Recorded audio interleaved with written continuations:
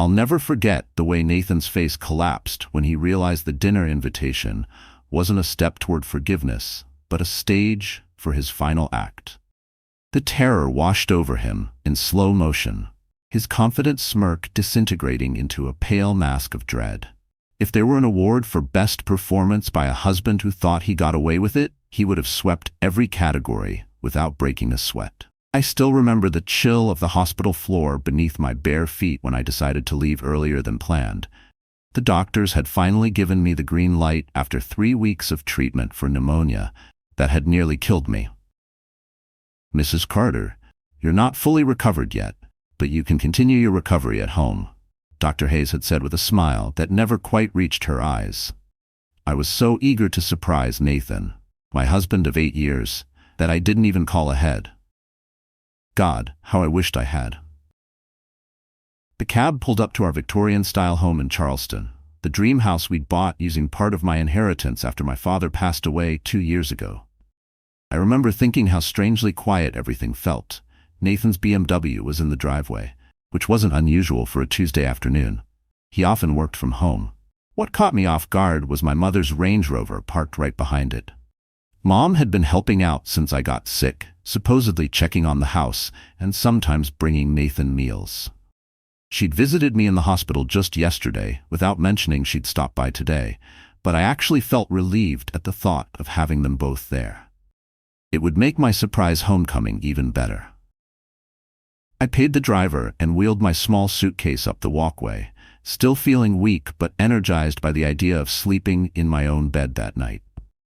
Using my key, I entered as quietly as possible, thinking maybe I could really surprise them. The house was eerily silent, except, was that laughter coming from upstairs? I froze, my hand still on the doorknob. That wasn't TV laughter. It was my mother's laugh, that distinctive cackle she let out when she was feeling flirtatious. I'd heard it countless times at social events when she'd had one too many glasses of wine. "No, this can't be real," I whispered to myself, setting my suitcase down. Maybe the medications were still messing with my head. I moved toward the staircase, gripping the banister tighter than usual, still weak from my illness. Each step felt like a mile as I climbed, my heart beginning to pound so hard that my recovering lungs burned. The master bedroom door was partially open, and before I even reached the top of the stairs, I heard it. My mother's voice, breathless and playful, saying words I would never be able to forget. "She doesn't ever have to know, Nate. What happens when Amelia's away stays between us, Nate," the nickname only I called him. I reached the doorway and pushed it open with trembling fingers. The sight before me looked like something ripped from a nightmare. My 54-year-old mother, Diane, was straddling my husband on our bed, her blouse unbuttoned, his hands gripping her waist. They were so wrapped up in each other that they didn't even notice me until I made a sound, not a scream or a shout, but a pathetic, wounded whimper that slipped out of my throat without permission. They both turned, their faces shifting instantly from pleasure to shock. Nathan practically threw my mother off him onto the mattress. "Amelia, oh my God, you're home," he stammered, frantically pulling the sheet over himself. "This isn't. I can explain." My mother clutched at her open blouse, her face a mask of shock, but without the slightest trace of shame, at least not enough of it. "Darling, you were supposed to be in the hospital until Friday," she said, as if my early release was somehow my fault, as if I was the one interrupting them. I couldn't breathe. The pneumonia that had nearly taken my life was nothing compared to the suffocating weight of this betrayal. My husband and my own mother, together in my bed while I was fighting for my life. "How long?" I managed to choke out, gripping the door frame to keep from collapsing. They exchanged a quick look that told me everything. "This wasn't the first time, Amelia. You're still recovering. Let's talk when you're stronger," my mother actually had the audacity to say now, fiddling with the buttons of her blouse. "Get out," I screamed, the force of it sending me into a coughing fit that doubled me over. "Both of you, get out." Nathan jumped up, pulling on his pants. "Babe, please let me explain. It was a mistake, a terrible mistake." "A mistake is forgetting to pay a bill, Nathan," I said suddenly, feeling an icy cold clarity replace the shock. "This was a choice. A disgusting choice you both made repeatedly while I was fighting to breathe in a hospital bed."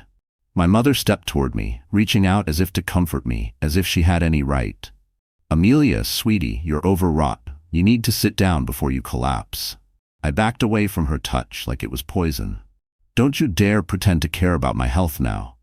How could you? My own mother?"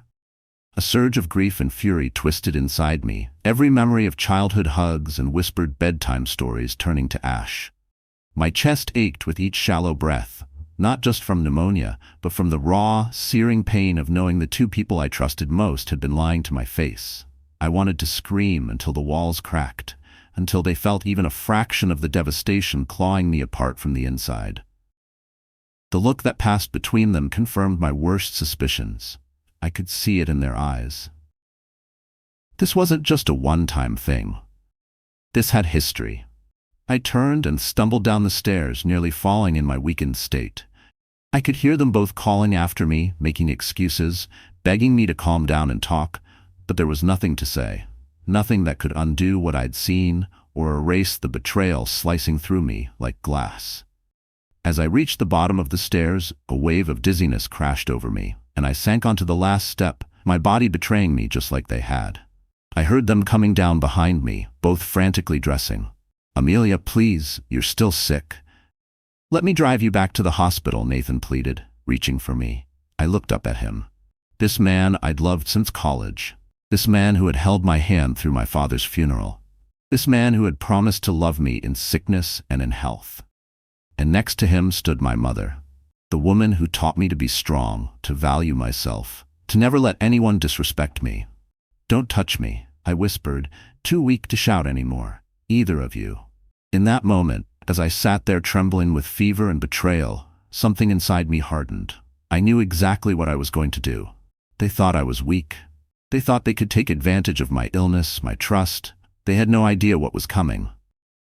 My father always told me, "Amelia, being born wealthy is luck, but staying wealthy is strategy." As I looked at the two people who had betrayed me most profoundly, I remembered his words and felt something like his strength pour into me. "I need to lie down," I said quietly, "and then we're going to talk about what happens next." Neither of them knew that when I said what happens next, I wasn't talking about reconciliation or even confrontation. I was talking about retribution. The next few days were a blur of tears, arguments, and pathetic excuses. Nathan moved into the guest room at my insistence, while my mother, God, I could barely even call her that anymore, returned to her condo across town. The story they crafted was so predictable it was almost insulting. "It just happened. Amelia," Nathan said, pacing our living room the day after I caught them. "I was lonely and worried about you, and your mother was here all the time.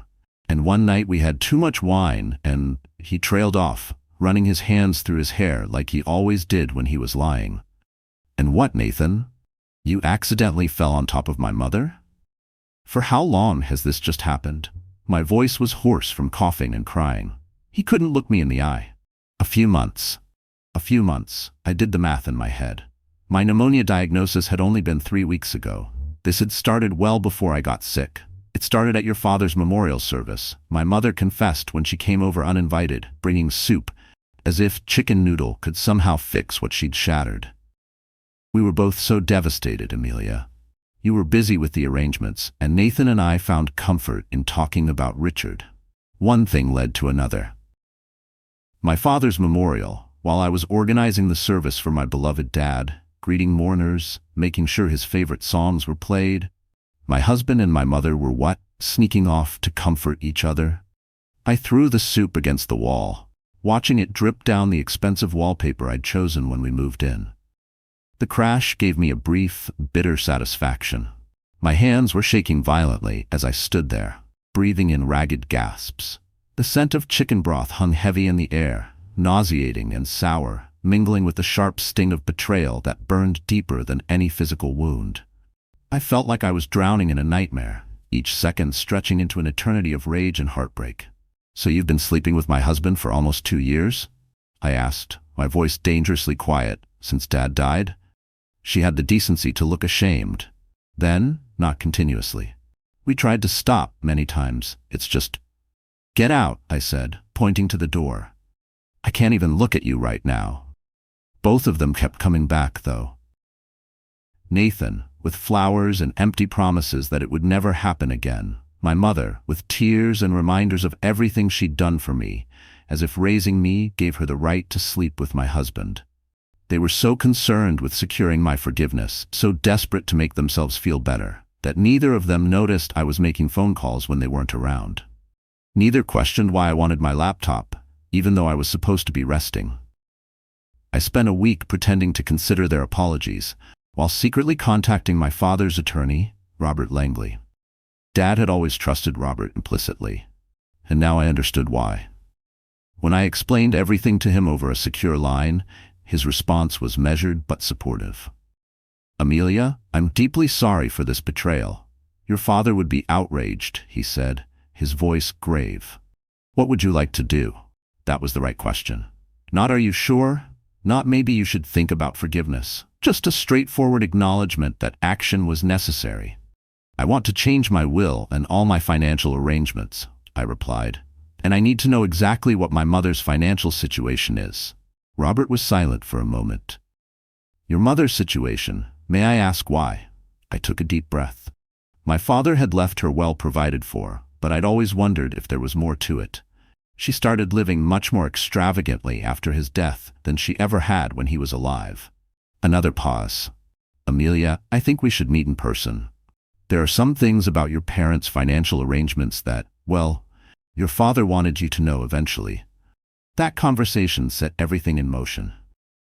While I pretended to be weighing things with Nathan and my mother, I was actually gathering information and making plans. Nathan would come home from work, bringing my favorite takeout or a new book, sitting on the edge of the bed with that hangdog expression. "I love you, Amelia. Only you." "It was just physical with your mother, meaningless," he'd say, as if that somehow made it better. I'd look at him with tears in my eyes, real tears, because despite everything, this betrayal was gutting me from the inside out, and I'd say, "I need more time, Nathan. This isn't something I can just get over." He'd nod understandingly, thinking my hesitation was part of the forgiveness process. He never once considered that I might be planning something else entirely. My mother was just as fooled. She'd call daily, leaving tearful voicemails. When I wouldn't answer, "Amelia, please. I know what I did was unforgivable, but you're all I have. We're family. Blood. Please let me explain in person." After a week, I finally agreed to see her for tea. She arrived bearing an expensive peace offering. A Chanel scarf I'd admired months ago, and launched straight into a well-rehearsed speech about mistakes and forgiveness. I let her talk, watching her face closely. This woman who had taught me how to apply lipstick, who had held me when my first boyfriend shattered my heart, who had walked me down the aisle when my father was too ill to do it himself. This woman had betrayed me in the most fundamental way imaginable. And yet, even as I sat there, a small part of me whispered doubts. What if she saw through my mask? What if Nathan sensed the shift in my tone? At night, I lay awake, replaying every word we exchanged, terrified they would catch a crack in my facade before I was ready. My heart ached with a shameful longing for the days when Nathan's touch felt safe and my mother's voice felt like home. The war inside me threatened to unravel everything, but I forced myself to keep smiling, to keep lying. "Mom," I interrupted her monologue, using the word deliberately to see her reaction. She brightened instantly, hope lighting up her eyes at the familiar address. "I need to understand something. You and Dad were married for 30 years. Did you ever cheat on him?" The question caught her off guard. She blinked rapidly, setting her tea cup down with a faint clatter. "Of course not. Your father and I had a wonderful marriage. Then why? Of all the men in the world, why Nathan?" She looked down, fidgeting with her wedding ring, which she still wore 2 years after my father's death. "I don't know, Amelia. It wasn't planned. Nathan was there. He was attentive. He understood what I was going through, losing Richard." Her voice trailed off lamely. What she didn't say, what she couldn't admit, was something I'd already suspected. My mother had always been jealous of me, of my relationship with my father, of my inheritance, of my marriage to Nathan, who was successful on his own, but also gained so much from my family's wealth and connections. Little did my mother know that, as we sat there drinking Earl Grey, Robert Langley was uncovering evidence that would change everything. Evidence that would give me exactly what I needed to set my plan in motion. I looked at my mother's tear-streaked face and felt a strange, cold calm settle over me. "I need more time, Mom, but I think we can work through this eventually."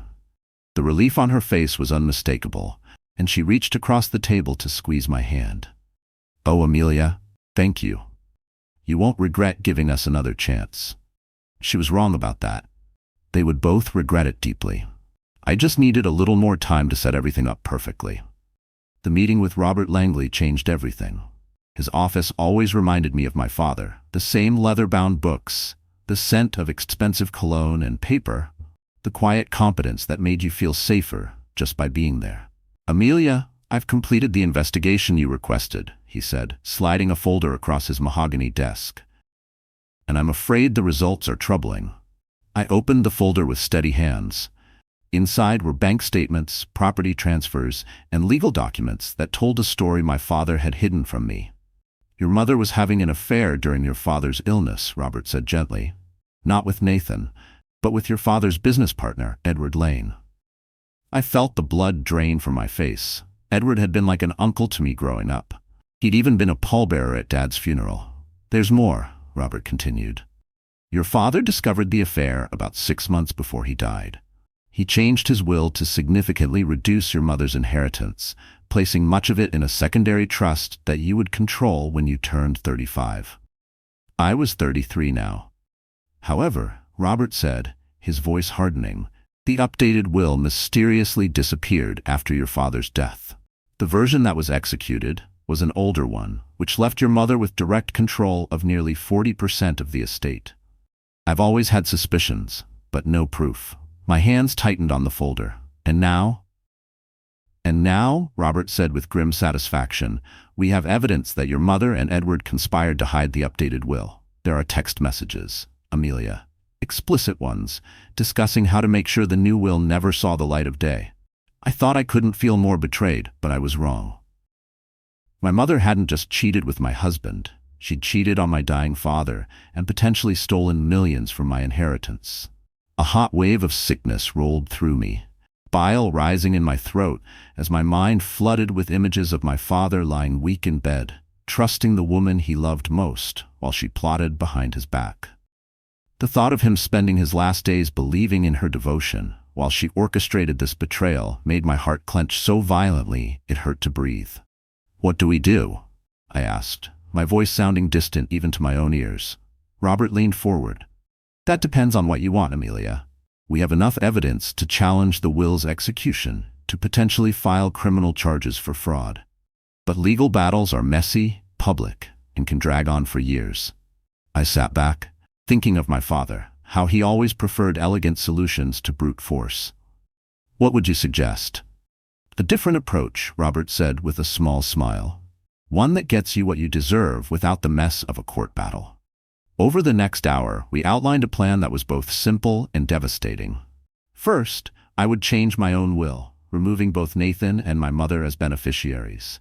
Instead, I would leave my personal fortune, still substantial despite my mother's theft, to a foundation in my father's name. Second, using the evidence Robert had gathered, I would confront my mother privately with an ultimatum. Return control of the misappropriated assets or face public exposure and criminal charges. Third, and this part was particularly satisfying, I would work with my financial team to gradually extract Nathan from the business partnerships he'd formed through my family's connections, partnerships that were the source of most of his current wealth. "Are you sure about this, Amelia?" Robert asked as we finalized the details. "Once you start, there's no going back." I looked at the photos of my mother and Edward, the bank transfers, the evidence of their betrayal of my father when he was at his most vulnerable. "I'm sure," I said. "They thought I was weak because I was sick, because I was heartbroken. They've been underestimating me my entire life. It's time they learned who I really am." I left Robert's office with a renewed sense of purpose. That night, when Nathan came home, I suggested we try to have dinner together. A first step toward healing, I called it. He was pathetically grateful, bringing an expensive bottle of wine and wearing the shirt I'd always said brought out his eyes. We ate by candlelight, and I let him hold my hand across the table, watching him relax as he believed he was being forgiven. "I've been thinking," I said, tracing the rim of my wineglass, "about our future." His face brightened. "Me too, Amelia. I promise you, we can get past this. I'll spend the rest of my life making it up to you." I smiled slightly. "That's what I'm counting on. But I need you to do something for me." "First?" "Anything," he said eagerly. "I want us to update our wills and financial documents. After coming so close to dying, it made me realize how unprepared we are for the worst."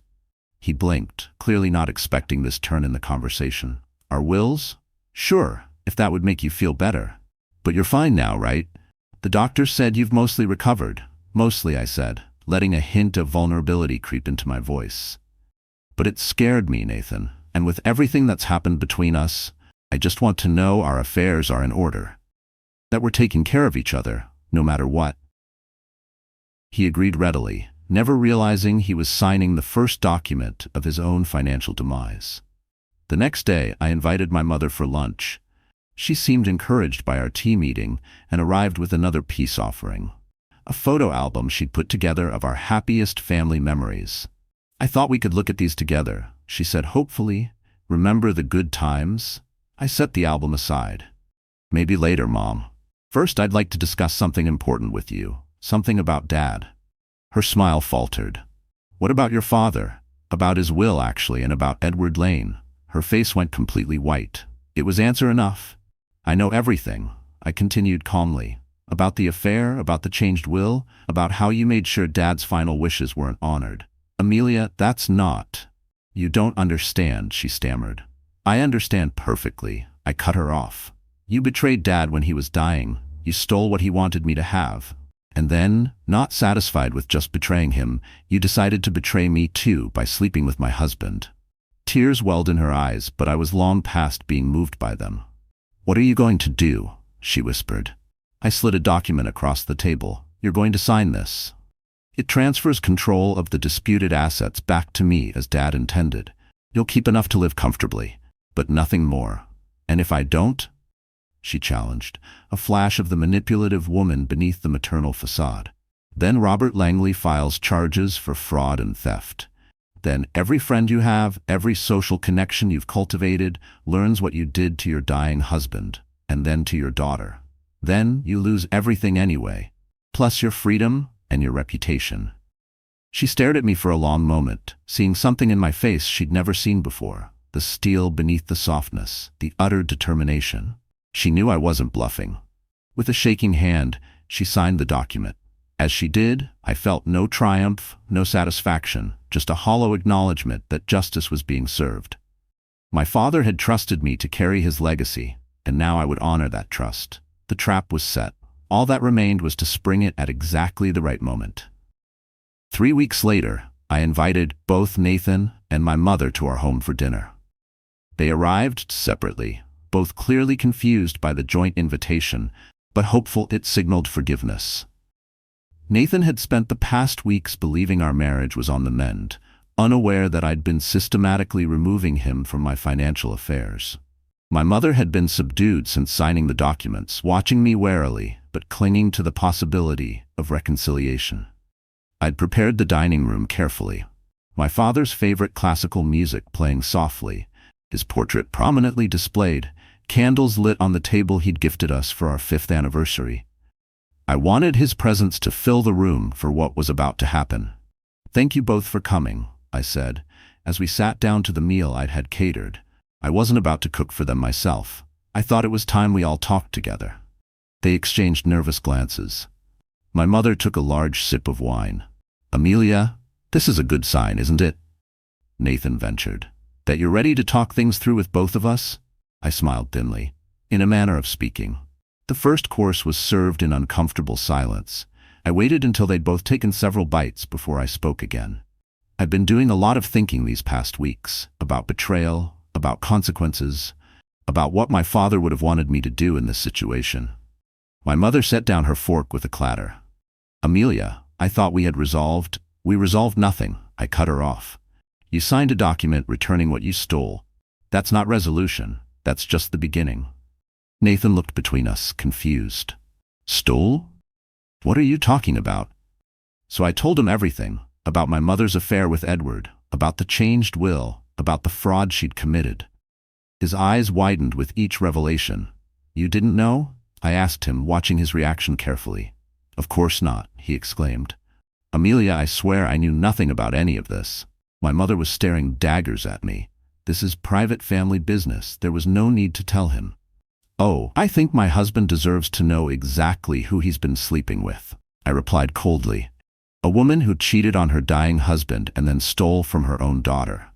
I let the silence stretch between us, savoring the sharp crack of their illusions shattering like glass in the candlelit room. My voice came out low, steady, each word a deliberate blade carving through their hopes of forgiveness. I wanted them to feel every ounce of the humiliation, to watch their faces crumble as I laid bare their secrets. Nathan had the decency to look ashamed. My mother just looked angry, the mask of contrition slipping completely away. Fine, she snapped. I made mistakes, terrible ones, but don't act so innocent, Amelia. You've always had everything handed to you. Your father's favor, his money, his business connections. Some of us had to fight for what we got. I laughed, the sound brittle even to my own ears. Fight? Is that what you call sleeping with Dad's best friend, and then my husband? That's not fighting, Mother. That's betraying. I turned to Nathan, who was looking increasingly uncomfortable. And you? Did you think I wouldn't find out what you've been doing with Lexington Partners? His face paled. Lexington Partners was the venture capital firm he'd been introduced to through my family connections. He'd recently secured a major position there, or so he thought. What do you mean? He asked cautiously. I mean that Charles Lexington and I had a very interesting conversation last week about how you've been exaggerating your role in securing the West Haven deal, about how you've been taking credit for connections that came through my family. That's not true, he protested, but his eyes darted away, a tell he'd always had since I first met him. Charles and I have a great professional relationship. Had, I corrected. You had a great professional relationship before I showed him the evidence that you'd been inflating your contributions while diminishing mine in your reports. Before I reminded him who actually brought West Haven to the table. The color drained from his face. You didn't. I did. You're being removed from the Lexington team, effective immediately. The announcement goes out tomorrow. My mother actually smiled, seemingly pleased to see Nathan taken down a notch. Her satisfaction was short-lived. And you, I continued, turning to her, should check your social calendar. You might find it suddenly empty. She frowned. What are you talking about? I'm talking about how Sheila Anderson, Linda Marks, and the rest of your bridge club now know exactly what kind of friend you are. The kind who sleeps with her dying husband's best friend, then steals from her own daughter, then sleeps with her daughter's husband. You had no right, she gasped. I had every right, I countered. You destroyed our family. Did you think there wouldn't be consequences? The dinner continued in tense silence, broken only by the occasional attempt at defense from one of them, quickly shut down by another revelation from me. I laid it all out, how Nathan's career was effectively over in our city, how my mother's social standing was irreparably damaged, how the financial arrangements they'd both depended on were now changed forever. Why are you doing this? Nathan finally asked, his voice breaking. If you hate us this much, why not just divorce me and cut your mother off? Why all this? He gestured at the elaborate dinner, the careful staging. I took a sip of my water, looking at them both over the rim of the glass. Because I wanted you to understand exactly what you've lost. I wanted you to see it all disappearing while sitting at the table my father gave us, looking at his portrait, hearing his favorite music. I set the glass down carefully. My father taught me that wealth isn't just about money. It's about connections, reputation, standing. You've both lost all of those things. Now, you can keep the house, Nathan. It's a small price to pay to be rid of you. And Mother, you'll have your condo and a modest income. You'll both have the essentials for survival, but nothing more. You can't do this, my mother whispered, but there was defeat in her voice. She knew I already had. The divorce papers are ready for your signature, I told Nathan. Your personal belongings have been packed. A car will take you to a hotel tonight. He stared at me. This man I had once loved with my whole heart, Amelia, please, we can work through this. I made a terrible mistake, but I still love you. Something twisted painfully in my chest, the last remnant of what I'd once felt for him. If you ever loved me at all, you'll sign the papers without contesting anything. You'll take what I'm offering and disappear from my life by the end of the evening. They both understood the full extent of what they'd lost. Nathan left with a suitcase and the promise to sign the divorce papers. My mother departed in tears, finally comprehending that our relationship would never recover. As I closed the door behind them, I felt no joy, no triumph. Just the quiet satisfaction of knowing that justice, cold and precise, had been served. It's been 18 months since that dinner. 18 months of rebuilding myself from the ashes of betrayal. 18 months of learning who Amelia Carter truly is, without a cheating husband or a treacherous mother surrounding her. The divorce was finalized quickly. Nathan knew better than to fight it. He signed everything without argument, taking only what I offered. Last I heard, he'd moved to Chicago, trying to rebuild his career from scratch. Without my family's connections or financial support, he's struggling. Sometimes I see his LinkedIn updates, desperately trying to sound successful while taking positions far below his previous status. I feel nothing when I see them. Not satisfaction, not pity, just emptiness. My mother's situation is similarly diminished. She keeps her condo and has enough for basic needs, but her social circle has contracted to almost nothing. Those country club women she so desperately wanted to impress now barely acknowledge her existence. She sends cards on my birthday and Christmas, each one filled with pleas for reconciliation. I return them unopened. As for me, I've thrived in ways I never expected. The foundation I established in my father's name, the Richard Carter Foundation for Ethical Business Practices, has become my passion. We work with companies to establish transparency in their operations and governance. The irony isn't lost on me, using money that was nearly stolen from me to promote honesty and integrity in business. I sold the house in Charleston. Too many painful memories haunted its halls. Now I live in a sunlit apartment overlooking Central Park. It's smaller, but filled only with things and people I truly care about. I've become more selective about everything. My possessions, my business associates, my friends. Robert Langley still handles my legal affairs, but he's become a friend as well. Sometimes we meet for lunch and talk about my father. The real man, not the sanitized version my mother tried to create after his death. Through Robert, I've reconnected with parts of my father's life and legacy I never knew existed. Your father would be proud, Robert told me recently over coffee. Not just of how you handled the situation, but of who you've become because of it. I'm not sure if that's true. Part of me wonders if Dad would have preferred mercy to justice. But then I remember his face when he talked about principles, about standing up for what's right, even when it's painful. I have to believe he would understand why I did what I did. Last month, I received an email from Nathan. He's engaged again, to someone much younger, of course. He wanted to clear the air before starting his new life. I read his lengthy apology with detached interest, like reviewing a contract for a business I no longer own. His words seemed sincere enough, but they touched nothing in me. I replied with a simple, "I wish you well," and blocked his address. My mother is more persistent. She showed up at my apartment building unannounced last week, convincing the doorman to call up. I agreed to meet her in the lobby, neutral territory. "You look wonderful," she said, her eyes hungry for connection. She's aged dramatically in the past year and a half. The lines around her mouth deeper, her hair more gray than blonde now. "Thank you," I replied, keeping my distance. "What do you want, Diane?" The use of her first name made her flinch, but she pressed on. "I miss you, Amelia. You're my only child. This estrangement is killing me." For a moment, seeing her diminished like this, I felt a flicker of pity. But pity isn't forgiveness, and it isn't enough to rebuild what she destroyed.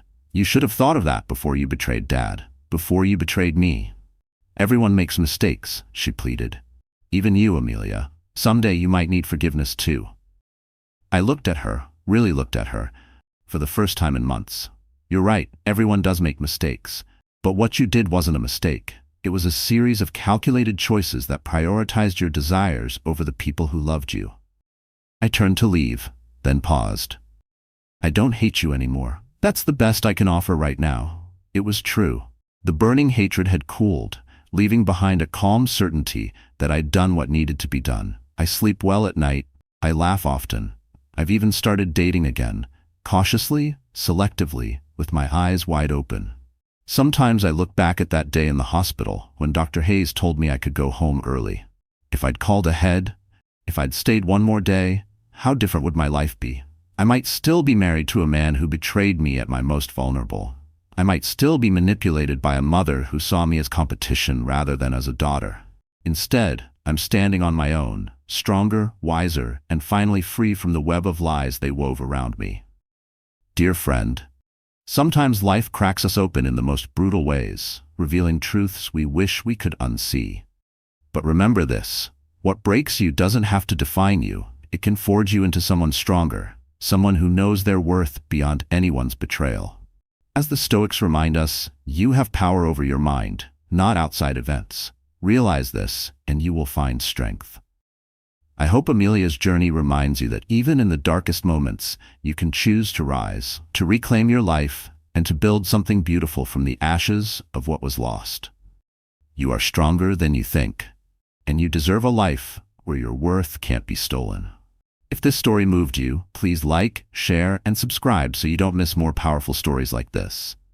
Your support helps us keep bringing you heartfelt, inspiring content. Thank you.